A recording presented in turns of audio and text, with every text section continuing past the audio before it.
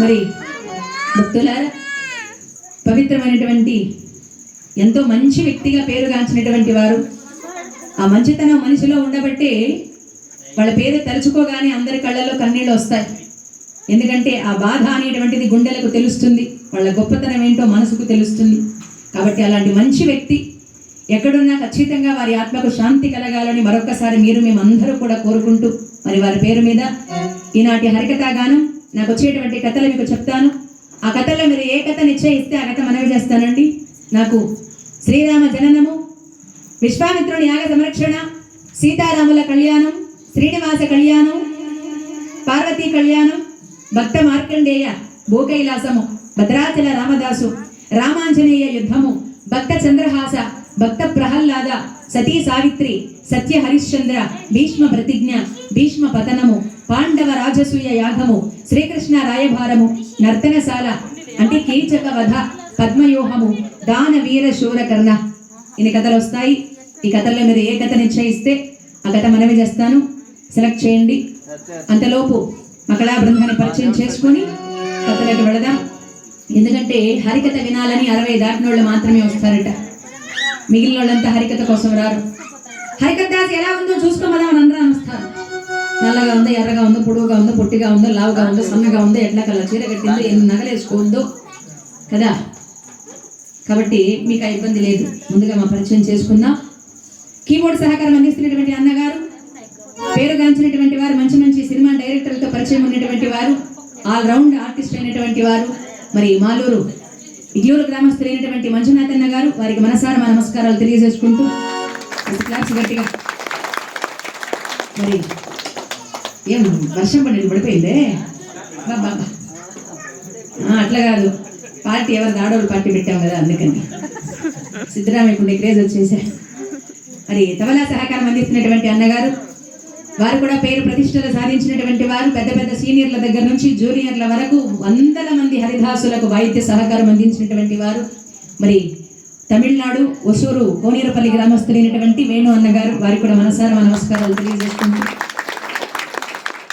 ఇక రిధంపేట సహకారం అందిస్తున్నటువంటి వారు, మరి కేజీఎఫ్ గ్రామస్తులైనటువంటి నవీన్ అన్నగారు, వారికి కూడా మనసారా నమస్కారాలు తెలియజేసుకుంటూ, మరి ఒక ఆడపిల్ల బయట వెళ్ళి ఏం సాధించాలన్నా నా పేరు చెప్తాను అనుకోకండి. నా పేరు చెప్పే ముందు ఇంకొక పేరు చెప్పాలి, లేకపోతే ఇంటికి పోతే నా క్లాస్ అవుతుంది.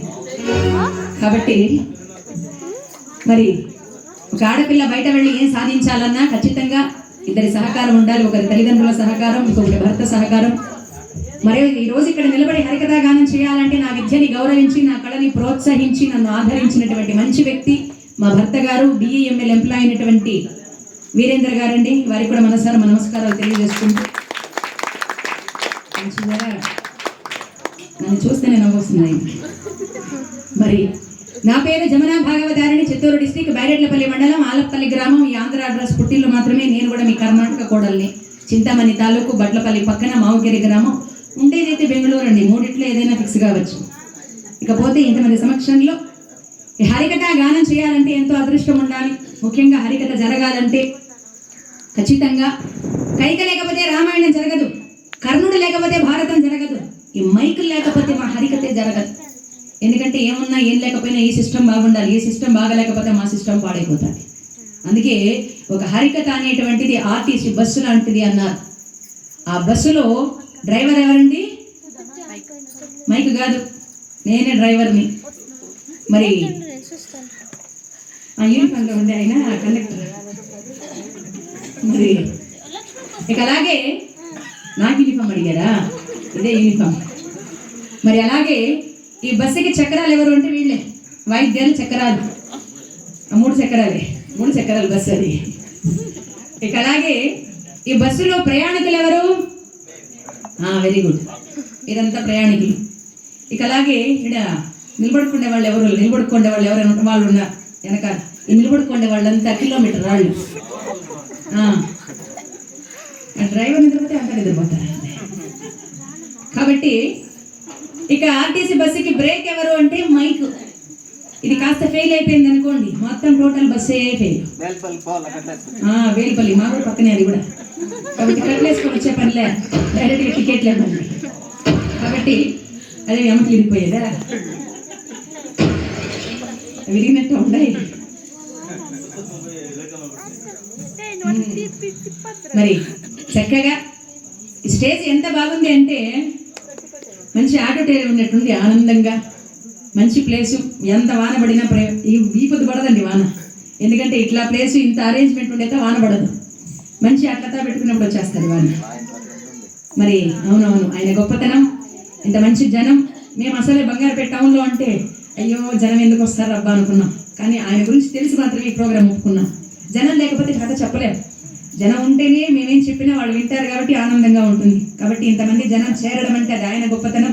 మరి ఆయనకు ఆత్మశాంతి కలగాలని మరొక్కసారి కోరుకుంటూ, ఈరోజు చక్కగా మాకు భోజన సౌకర్యం, మంచి భోజనం, ఒకే అర్ధ గంటలో మంచి భోజనం, అన్నము సాంబార్. ఆ సాంబార్ ఉండింది నా స్వామి రంగా, మా మంజన్న కీబోర్డ్ ఉన్నట్లు ఉండింది, అంత బాగుంది. మరి చక్కటి భోజనం వారి చెల్లెలైనటువంటి